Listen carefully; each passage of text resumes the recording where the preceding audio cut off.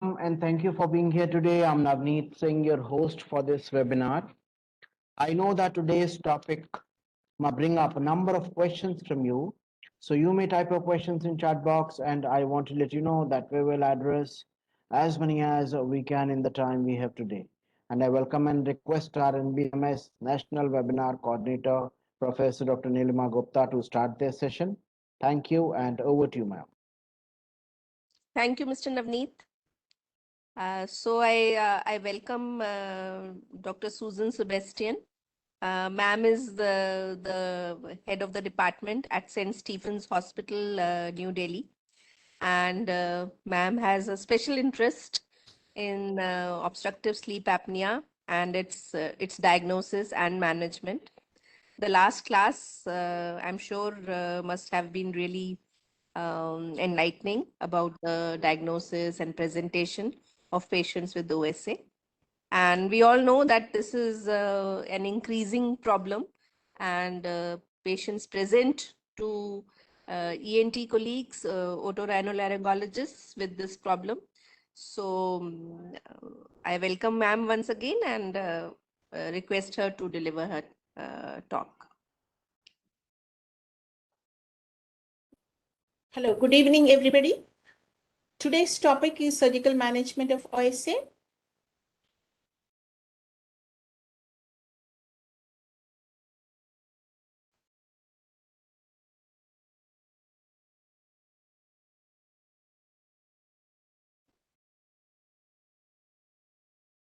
Last week, we considered the evaluation of OSA. As you know, the most important points in the evaluation are the clinical history and examination, radiology, polysomnography, and drug-induced sleep endoscopy. From the clinical history and examination, we will be able to grade the obstructive sleep apnea to a certain extent. And the scoring is the most popular scoring is top bank score, which considers these factors. And if the score is more than 3, it is considered significant and needs medical management. So what are the treatment options that we have? The time-honored and the most popular option is CPAP. It is a very effective mode of treatment, and it has been used since long time and has proved its efficacy. But it's not without problems. Many patients, especially young patients, are not able to tolerate CPAP. They complain of pressure feeling in the nose, the eyes, the throat. They feel dryness of the mouth. They are not able to sleep. They have, they feel nauseated when the lot of air is going in. And apart from all these symptoms, they have some certain group of patients cannot tolerate CPAP. They are the ones, as I mentioned in the last presentation, patients with epiglottic collapse cannot tolerate CPAP because it increases the obstruction. Then patients with nasal obstructions will not be able to tolerate CPAP well because you need very high pressures in the nasal cavity to have an effective pressure in the oropharynx or in the nasopharynx. And apart from that, patients, especially young patients, even if they are not having these problems, they don't want to be tied to a machine every night for the rest of their lives. So the compliance with CPAP is not very bright. It is 40 to 80% only. And sometimes it goes down in certain populations, it will go down to even 20 to 30%. So hence the need for other forms of treatment. The next is the oral devices. This is very effective in patients with some facial deficiency, like a mandibular deficiency. If you have a mandibular advancement device, this will pull the mandible forward along with the floor of the mouth and the muscles and will produce a more airway in the retroglossal region. Again, the compliance for this is not very, very good. So what else do we have? We have surgical treatment. And over the years, especially the recent past 10, 15 years, surgical treatment has gained popularity and it has become an effective mode of treatment to deal with obstructive sleep apnea. So what about surgical treatment? As I said in the last presentation, the obstructive sleep apnea is due to obstruction at different levels in the upper airway. It can be the nose, the adenoid, it can be the retropalatal region, it can be the tonsil, the base of the tongue, or the epiglottis.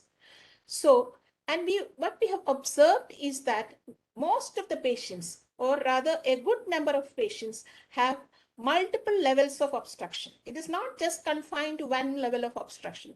Rather, they have multiple levels of obstruction. So when they have multiple levels of obstruction, they need relief at multiple levels. And that is the base behind multi-level surgery. That is the principle behind multi-level surgery. So relieve all the levels or all the obstructions at different levels in the patients, and they will have a smooth airway up to the laryngeal inlet. That is what is called multi-level surgery. So if you look at the surgeries in general, it can be divided into 4 categories. It can be the soft tissue injuries, which involve the nose, palate, tongue. It can be skeletal surgeries, which are the maxillomandibular advancement, genioglossus advancement, or a hyoid suspension. Then there are the neurostimulatory surgeries, which is the hypoglossal nerve stimulation, which is the new kid in the block. And of course, tracheostomy is always there, which is an airway bypass surgery, which is very effective. Nasal surgery, you can see that the nasal surgery, if there is a nasal obstruction, that is the beginning of the upper airway. The airway will be blocked. And if you relieve the obstruction, it can improve the quality of life. But just straightening the septum or relieving the nasal obstruction doesn't cure OSA. It has got only an adjuvant role. As I said, it can improve the quality of life, but it is not the final solution. Standalone nasal surgery will not be able to cure OSA or do any significant improvement in OSA. So now coming to the palate and the oropharyngeal procedures, you know, the palate or the retropalatal region is the most common site of obstruction in obstructive sleep apnea. And the surgeries that deal with this site are the uvulopalatopharyngoplasty, anterior palatoplasty, set palatoplasty, expansion sphincter pharyngoplasty, and the barbed surgeries like the barbed pharyngoplasty or the snoroplasty. Uvulopalatopharyngoplasty is a commonly carried out procedure and has been the workhorse of sleep surgery for decades together. So what do we do in this surgery? It is called popularly called UP3. See, the patient with OSA have a very redundant soft palate with a redundant uvula, and the lateral pharyngeal walls are collapsing with the tonsils protruding into the oropharyngeal airway, and there is a big base of tongue. So what we do in UP3 is we are cutting away all this redundant tissue and suturing it back, suturing up the edges. So what do we get? Initially, immediate postoperative period, look at the air, oropharyngeal air. It was only this much, and it is almost 2.5 times more in the postoperative period. So it's a very good surgery, it's very effective surgery initially. But the subsequent story is not so bright. See, again, you see the patient with OSA with a retropalatal or oropharyngeal collapse. See the tonsil with the collapsing lateral pharyngeal walls. It's almost coming very parallel to the midline, and the uvula is also collapsing, and you have a bulky tongue. And the immediate postop period, I showed you the picture. The oropharyngeal airway was big, quite big. But after 2 months, if you see, there is started scarring of the tissues, of the edges, because you have cut a lot of muscle and mucosa, and there is a lot of mucosa loss, and that will heal with fibrosis. It has started healing and contracting, and the airway has become smaller. And this is in many patients we see at the end of 6 months, this is the only airway that is left. There is lot of post-operative scarring and it has pulled the palate down and effectively reducing the airway space to much less than probably what we started with. And we did not do anything about this base of the tongue. It still remains bulky and it is obstructing. So the concept of multi-level surgery was not very popular at that point when the UP3 house came into work. So the success rate for this surgery is only 30 to 40%. So we started considering less aggressive and functional procedures with less tissue loss, which is capable of restoring the normal anatomy and physiology. If you look at the normal anatomy of the soft palate, see, this is the palatopharyngeus muscle, this is the palatoglossus and the tonsil, this is the uvula. All these tissues and all these structure, muscles and structures we need. Only thing that you can maybe remove is the tonsil. Along with that, we also realized the lateral pharyngeal wall is the most collapsible part of the upper airway, whether it's the nasopharynx, the oropharynx, or the hypopharynx. So if we do something to repair the lateral pharyngeal wall collapse, that can effectively reduce the OSA. And also, we realized that we need to anchor our reconstruction to stable structures in the vicinity so that the chance of it collapsing again becomes much less. So what are the stable structures in the vicinity? This is the pterygoid hamulus. This is a bony structure. Then the pterygomandibular raphe. Then you have the palatine aponeurosis. These are the stable structures in the vicinity of the oropharynx. So whatever reconstruction you do that and then you anchor it to these structures, then it is likely that your oropharyngeal airway will remain patent for a longer period of time and your success, the chance of success is much brighter. So there were a lot of lateral pharyngoplasties were introduced during this time. And one such procedure that changed the whole paradigm of sleep surgery is expansion sphincter pharyngoplasty. What is expansion sphincter pharyngoplasty? You can see that. This is a diagrammatic representation. The tonsillectomy has been done. This is the posterior pillar. This is the anterior pillar. The palatopharyngeus muscle is exposed. And then what do? We cut the palatopharyngeus muscle at the junction of its lower 1/3 and upper 2/3. And it is tunneled through the soft palate here underneath the palatoglossus muscle towards the pterygoid hamulus. And a suture is there at the end, and you tie the suture at the pterygoid hamulus, pulling it laterally and upwards. So what do we get? See, the lateral pharyngeal wall has moved laterally. Not only has it moved laterally, and it has moved upwards also. You can put a few more sutures to secure your assembly here. So that was lateral pharyngoplasty, expansion sphincter pharyngoplasty, put forward by Kenny Pang. And so this is what you see. This is the pre-op picture. You see the palate. This is the fiberoptic nasopharyngoscopic picture. You are seeing it. Imagine you are seeing from the nasopharynx down. This is the soft palate in the front, and this is the posterior pharyngeal wall. You are not able to see the oropharynx or the larynx from there. Normally, you will be able to see that. And this is the only airway that you have left. And after an expansion sphincter pharyngoplasty, see what has happened. The lateral pharyngeal walls have moved sideways and expanding the side-to-side dimension significantly. Not only the anteroposterior dimension has also increased. And you can see the endotracheal tube getting into the larynx. Then came the barbed repositioning pharyngoplasty, popularized by Claudio Vicini of Italy, who is a pioneer in this field. Barbed means you are using barbed sutures. This is a knotless technique, and the sutures are bidirectional reabsorbable sutures. And repositioning of it's a repositioning pharyngoplasty. Why? Because it displaces the posterior pillar anteriorly and laterally after initial weakening of the posterior pillar, and it suspends the posterior pillar to the pterygomandibular raphe. That is the stable structure on the sides. And this is how it starts. It starts from the posterior nasal spine here. This is all soft palate. And it is threaded through the soft palate until it reaches the upper end of the pterygomandibular raphe. From there, you go through the soft palate and reach the palatopharyngeus muscle.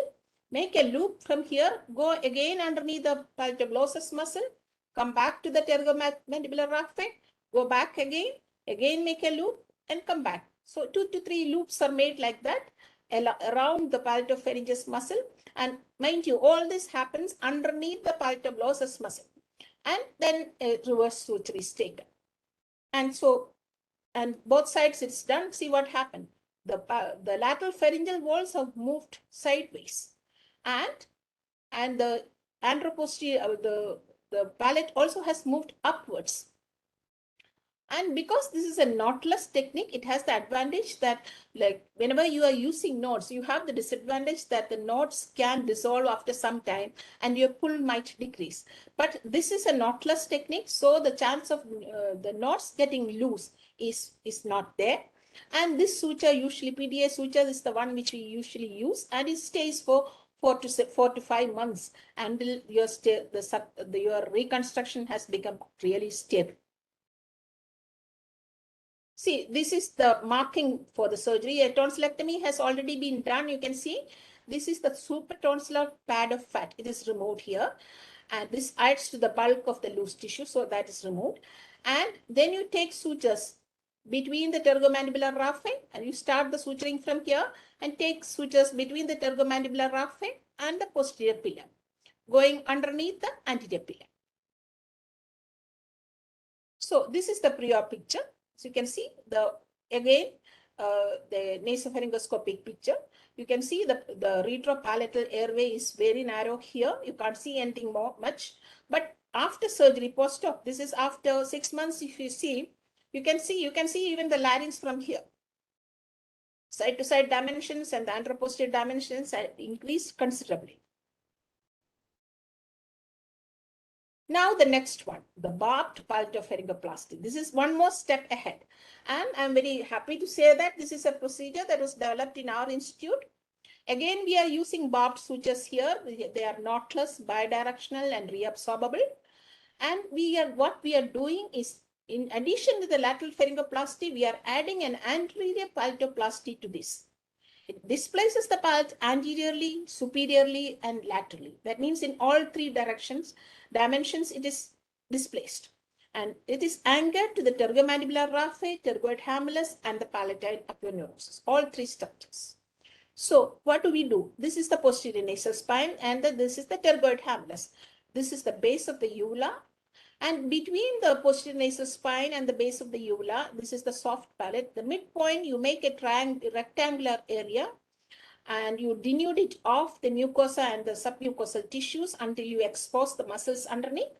And using a barbed suture, again starting from here, you make loops around the muscle and tighten it and pull it upwards towards the palatine aponeurosis, which will come somewhere here.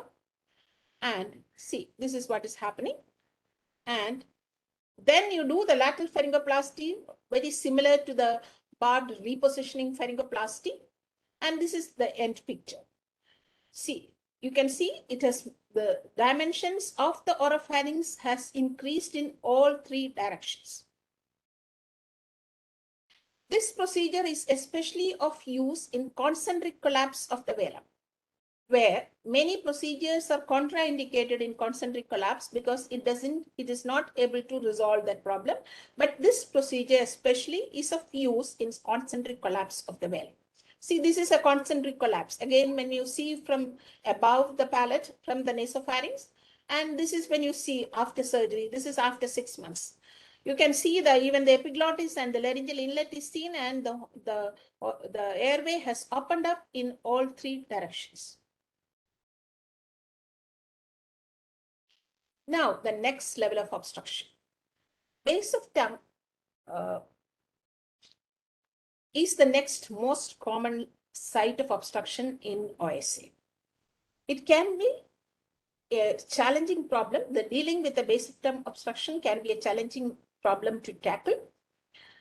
And this is how the base of tongue, you can see this is a very bulky tongue. This is the posterior pharyngeal wall. The posterior airway space is very narrow.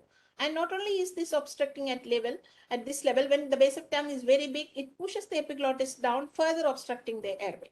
So this you must have seen last time also. This is how bad it is. You have practically no airway at the level of the base of the tongue.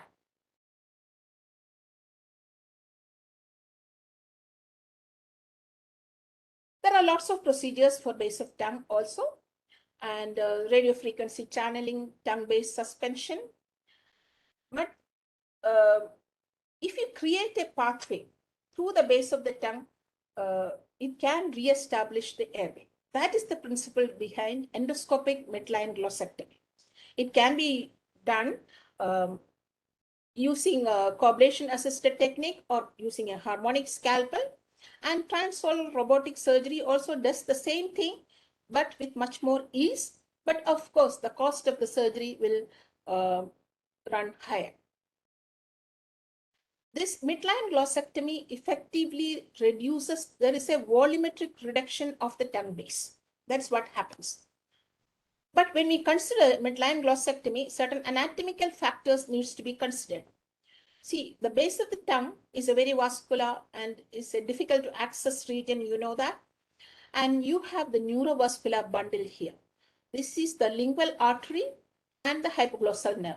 Lingual artery is medial to the hypoglossal nerve. This occupies somewhere the middle of the base of the tongue. So if you look at the lingual artery anatomy, see the lingual artery is coming here. It gives off one branch here, that is the suprahyoid artery, which supplies the base of the tongue near the epiglottic base. Then it comes here, makes a few loops, and then it comes up and continues as the deep lingual artery towards the tip.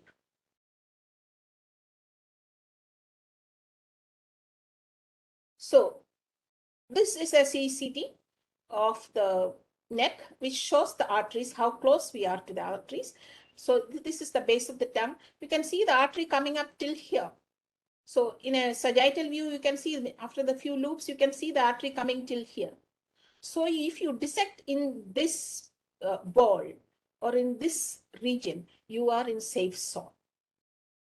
That is what we are trying to do in midline glossectomy.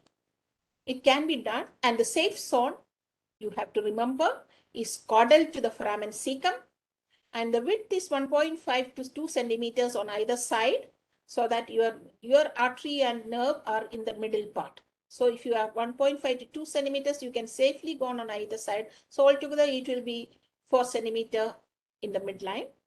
Then the depth also we have to consider.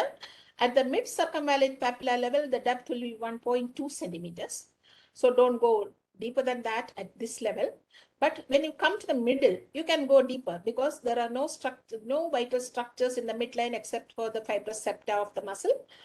And once you reach the vallicula, always stay in the midline, because I showed you the suprahyoid branch of the lingual artery, which comes from the sides. So to avoid that artery, stay in the midline once you are close to the vallicula. So if you look at the video of this, it is an endoscopic procedure. You can use a 0 degree or a 70-degree endoscope. I am using a 0 degree only. You have to start caudal to the valate papillae.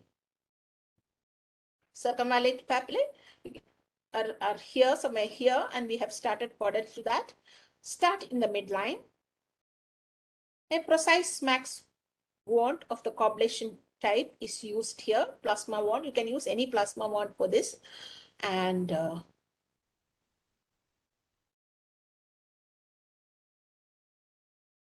you are going 1.5 to 2 centimeter towards the sides, and you are making a trough between just caudal from the valate papillae level up to the vallicula. That is our aim.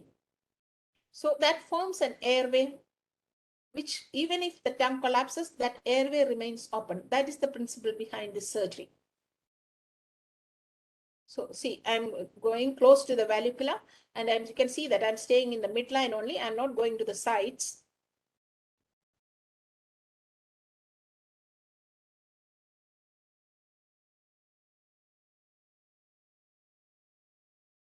Now you can look for bleeders. See, you have made a tract. Now you look for bleeders.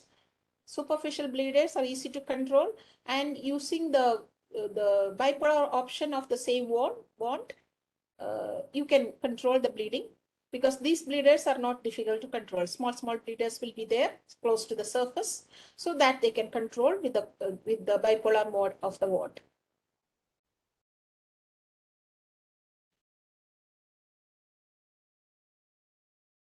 So this is the airway that we have created at the base of the tap. Next level of obstruction, which is not a very common obstruction, is a collapsed epiglottis. Collapsed or malformed epiglottis can lead to airway obstruction. What we can do is an epiglottoplasty when it is not very severe.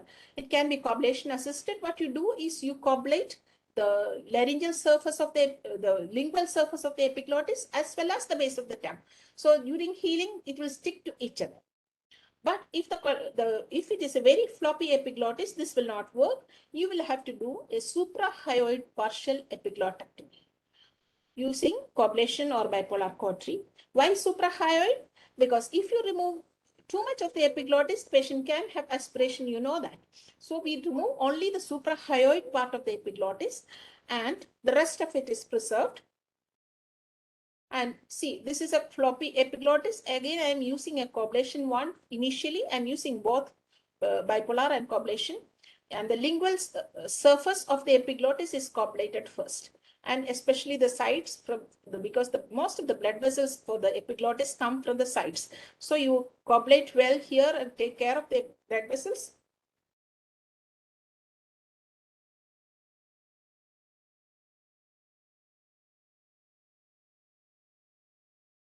Now you make a central cut involving the upper 1/3 or the suprahyoid part of the epiglottis.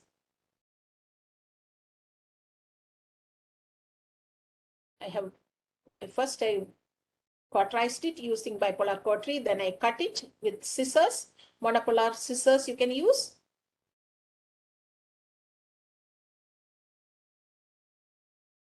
And each half of the epiglottis is cut using the monopolar scissors. This is, you are taking away only a small strip of epiglottis, only the suprahyoid part. Now we have cut both sides, and the bleeders can be, whatever bleeders are there, you can control it with bipolar cautery. And mind you, in this procedure, you should not touch the laryngeal surface of the epiglottis. That can lead to more postoperative edema. If you confine yourself to the lingual surface, there will not be any postoperative edema, no airway obstruction, and you don't need to do a tracheostomy for such patients. So this is the pre-op picture. You can see the epiglottis is completely collapsing and obstructing the airway. And this is 2 months after surgery. See that this is the cut end of the epiglottis. Patient did not have any voice change, no aspiration, and the airway opened up significantly. You can see the airway. Now comes the skeletal procedures. They are thyrohydopexy or the hyoid suspension, then a genioglossus advancement. Both these can be they are milder procedures, not very aggressive, but the maxillomandibular advancement is a very aggressive procedure.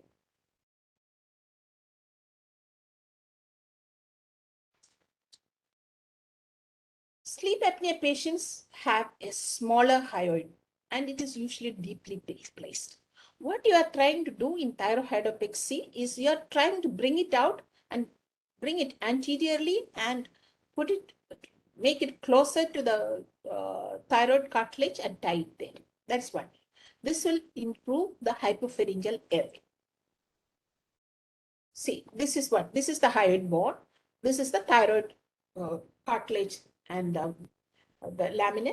And so you are placing 2 sets of sutures between the thyroid lamina and the hyoid body. And you are tying it, pulling this down over the and anteriorly. over the thyroid cartilage. See, this is how it looks like. This is a real-time picture where we have done a thyroidopexy. These are the muscles which are attached to the hyoid. So this is a very effective procedure when you do it as part of a multi-level surgery, especially when you have done base of tongue procedure or a epiglottic procedure. You are worried about the retroglossal or the hypopharyngeal airway. If you combine it with this one, you get a very good airway the postoperative period, and there is no need to do a tracheostomy again. Now the genioglossus advancement. This is also a comparatively less aggressive procedure. See, this is the genioglossus muscle, which accounts for most of the bulk of the tongue, especially the base of the tongue. This is attached to the genio tubercle here, or on the lingual surface of the mandible. This is the geniohyoid. So what we do is this genio tubercle, along with the attachment of the genioglossus, is mobilized. A segment of the bone is advanced, mobilized, cut here, and is advanced and rotated and fixed over the anterior surface of the outer surface of the mandible using mini screws. See, this is what happens. You have cut a window here, a segment of bone, where you have the attachment of the genioglossus muscle.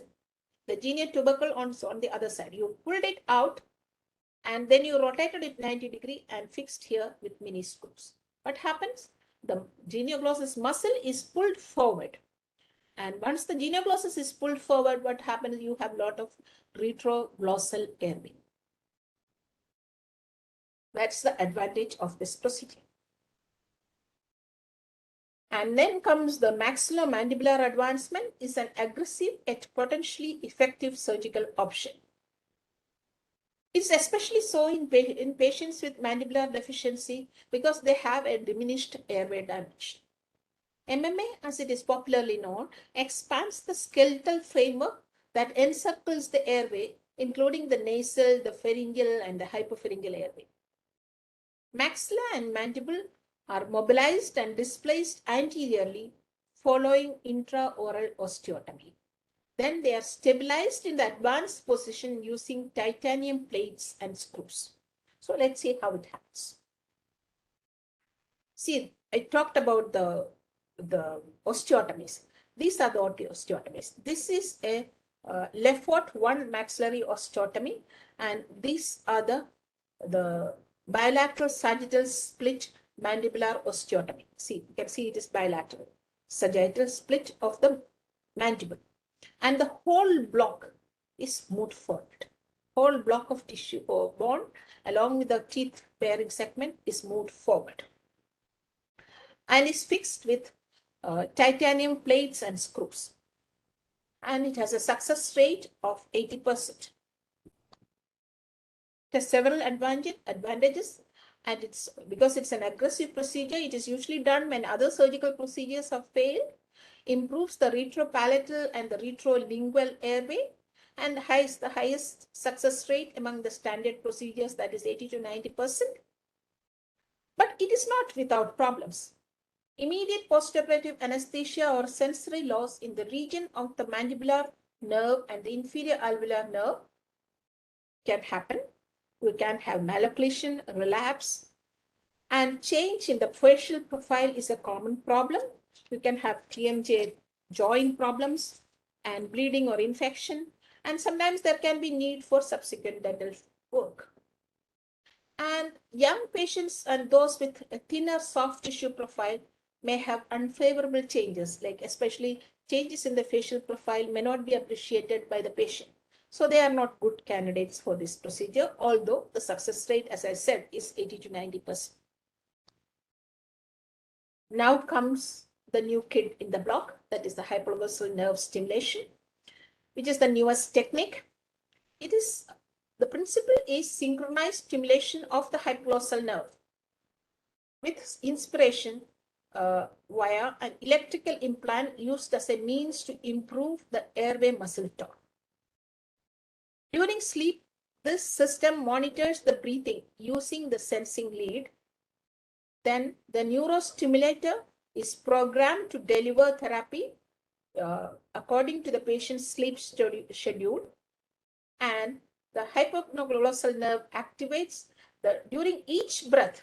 What happens is during each breath, it delivers a signal to the hypoglossal nerve.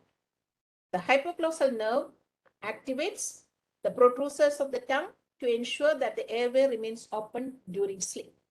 So that is the principle behind hypoglossal nerve stimulation. So this during inspiration, the sensor, the neurostimulator senses the inspiration and it gives a signal to the nerve, and the nerve stimulates the protrusors of the tongue, and it remains at the contraction of the muscles retain the tongue in the anterior position and ensuring a good retrolingual airway.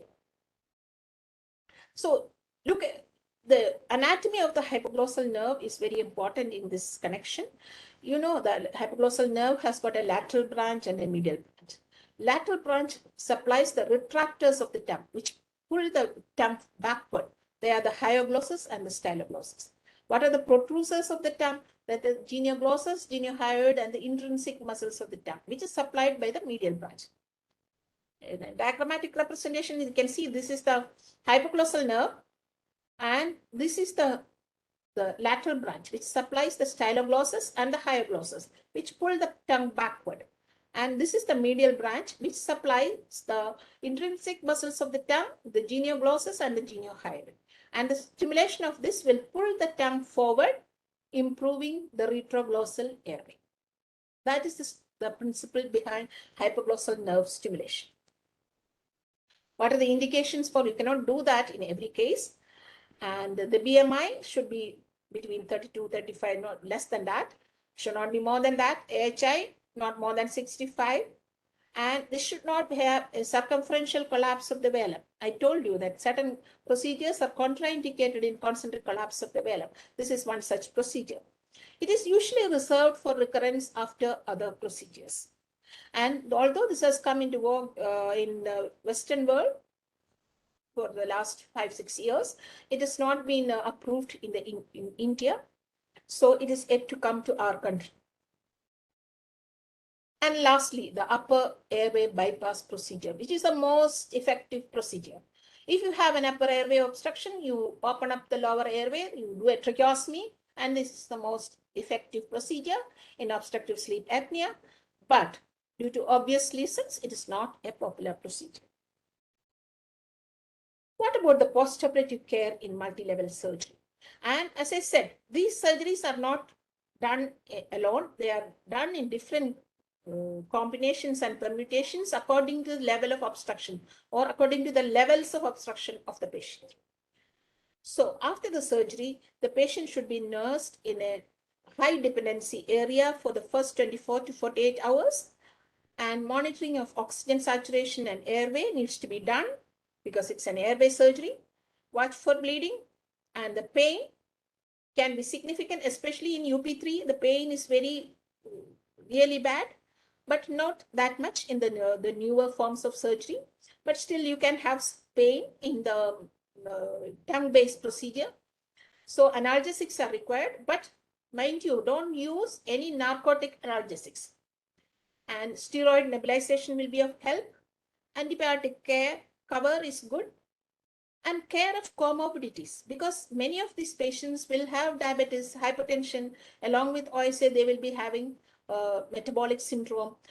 So the care of their comorbidities is also of very good, very importance, very much importance, because if we have to get the patients out well healed, these comorbidities needs to be taken care of. Then the fluid and electrolyte balance we have to look into, especially because the patients might have some amount of dysphagia because of the pain.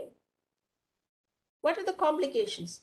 You can have pain, as I said, then dysphagia again because of the pain, Then foreign body sensation. Sometimes some patients, especially after you have done a basic tongue procedure or an epiglottic procedure, patients might say foreign body sensation for a few weeks, 4 to 6 weeks. Loss of taste. That is if you have destroyed the taste buds, especially the circumvallate papilla, patients might complain of loss of taste in a tongue-based procedure. Late bleeding can happen and recurrence of symptoms. And the success rate in multi-level surgery, I want to tell you, is around between 64 to 70%. Whereas you must remember the success rate in UP3 was only 30%, 30 to 40%. So it is a significant improvement over the UP3. And what about the treatment in children? I told you, any child who has an hypopnea index of more than 5 is having severe OSA. So that needs intervention. Adenotonsillectomy is the first line of treatment, and it's a very effective procedure. And around 70 to 80% of the patients are completely relieved of their OSA symptoms after this, but that leaves 20% patients. So what can we do for that? There are evolving techniques for that. Modified expansion pharyngoplasty, where you do a very conservative procedure without loss of any muscle or tissue, or a suture pharyngoplasty. You are just trying to stabilize the lateral pharyngeal wall by sutures.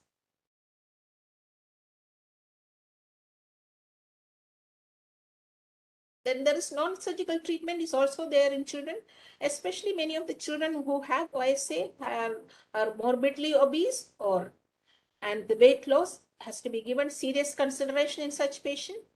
Nasal corticosteroids and oral decongestants can be of great use. CPAP or non-invasive positive pressure ventilation is very good, but the compliance is even less in children. And in children who have OSA after adenotonsillectomy, you have to consider other factors which are contributing to the OSA, like obesity or neuromuscular disorders. So those factors also need consideration and treatment. Other surgical treatments also can be done in children who have got associated obstruction, like turbinate reduction sometimes is of great help in children who have an obstructed nasal airway. Craniofacial surgery in children who have associated craniofacial abnormalities, mandibular advancement, and Lefort osteotomies with maxillary distraction. And these are all will improve the space inside the mouth. These children who have a craniofacial or a mandible or maxillar deficiency, these osteotomies will improve the volume inside the oral cavity, so the tongue can be occupied very easily inside the mouth itself instead of it falling backward. So what is the multi-level sleep surgery protocol? This is the protocol that is put forward by Stanford University, where they did pioneering work in sleep surgery. Phase 1 should be soft tissues, nose, palate, tongue. Phase 2 should be skeletal framework, especially MMA. As I said, genioglossus advancement or a hyoid suspension you can do along with phase 1 also. And hypoglossal nerve stimulation, you should reserve it for recurrences. Again, remember, which fall into that category that can fit into hypoglossal nerve stimulation indications. Thank you.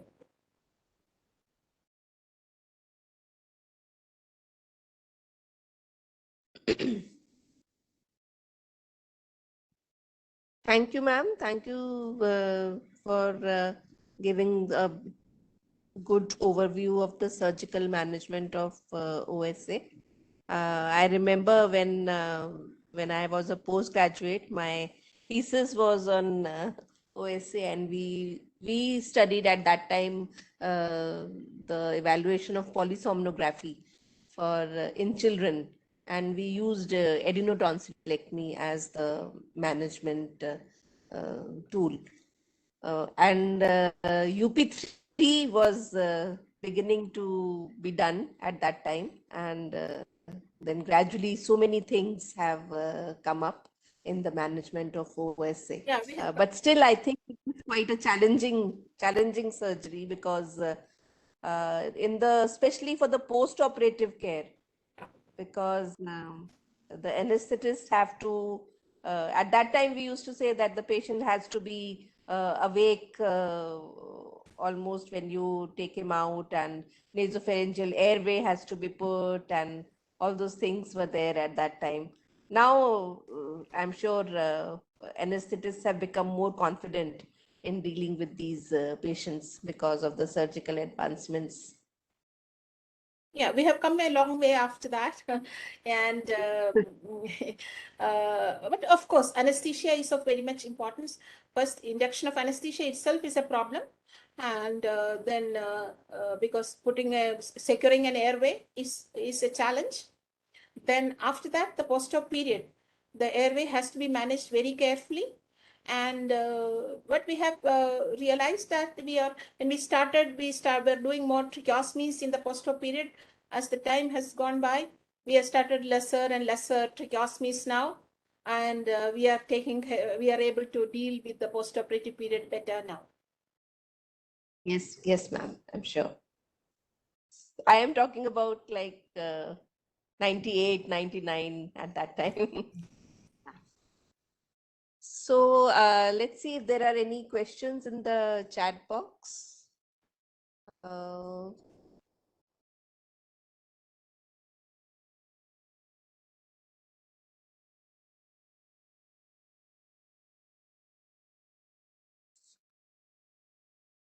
So, ma'am, can you see the chat box? Yes, post-op pain. Was the sound a problem? I didn't realize that. I looked at the chat box. No, it was fine. You may continue.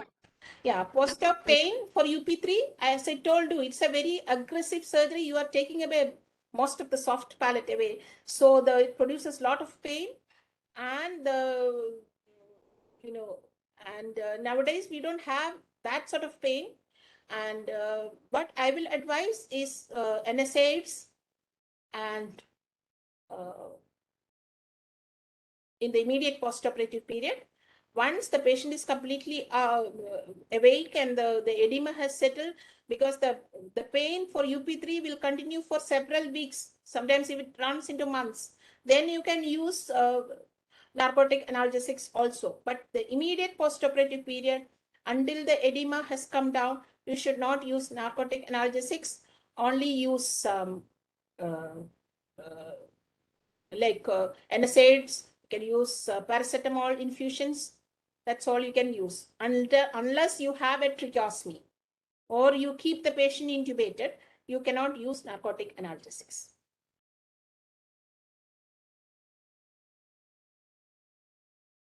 Fentanyl is a good option, but I don't know. I don't have any experience using fentanyl patch. I don't know how effective it is.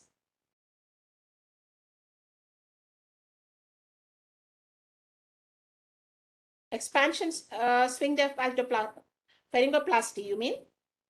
Expansion palpoplasty. I hope what you are asking is expansion sphincter pharyngoplasty. Expansion sphincter pharyngoplasty, what we are doing is we are exposing the palatopharyngeus muscle and cutting it partially, and the cut part is tunneled through the soft palate and it is tied around the pterygoid hamulus. That will pull the palatopharyngeus and the posterior pillar and the lateral pharyngeal wall more towards the sides. That is what we do in an expansion sphincter pharyngoplasty.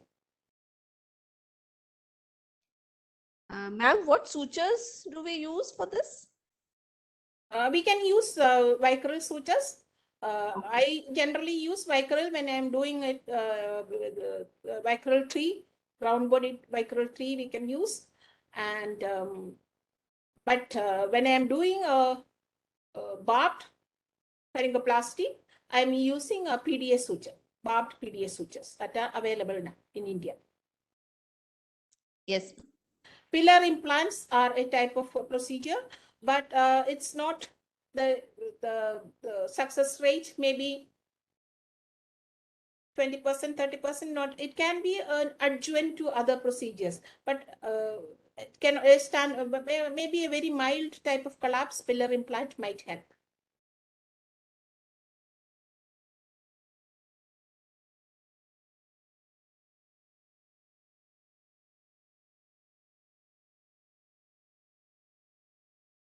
Any other question? I just wanted to ask, ma'am, is there still a role of laser palatoplasty or a radio frequency induced I know, scarring of the?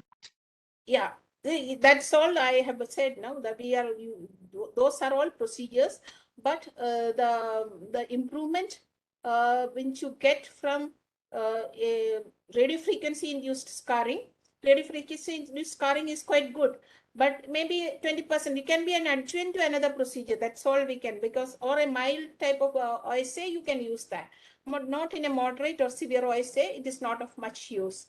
But laser we are not using now, because laser induces scarring, more scarring of the tissues, and there is scattering of the laser waves and surrounding tissues, and also can get scarred because of the laser. So immediately the laser looks very good. At the time of the surgery also it looks very good, but in the long term the results are not that ideal. Yes, ma'am. I think radio frequency for just a mild snoring, Yeah. I think it can be. Yeah, we can, yeah, that's what I said. Snoring, the difference between snoring and OSA is, snoring is just, vibration of the pharyngeal muscles and the mucosa.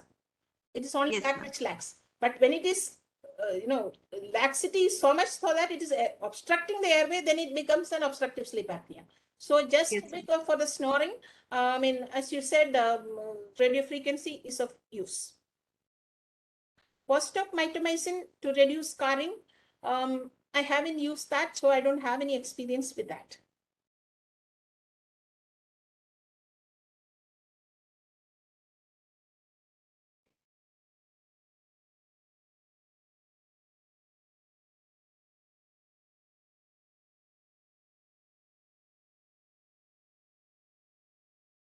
So I think, ma'am, we have answered all the questions that have come up from the candidates, and I think Yes, Dr. we can. Nilma, we have covered almost all the questions. Thank you very much, Dr. Susan Sebastian, for the presentation, and thank you very much, Dr. Nilma Gupta, for joining us. And thank you, trainees and faculty members, for joining. It's been a pleasure. Thank you. Lovely.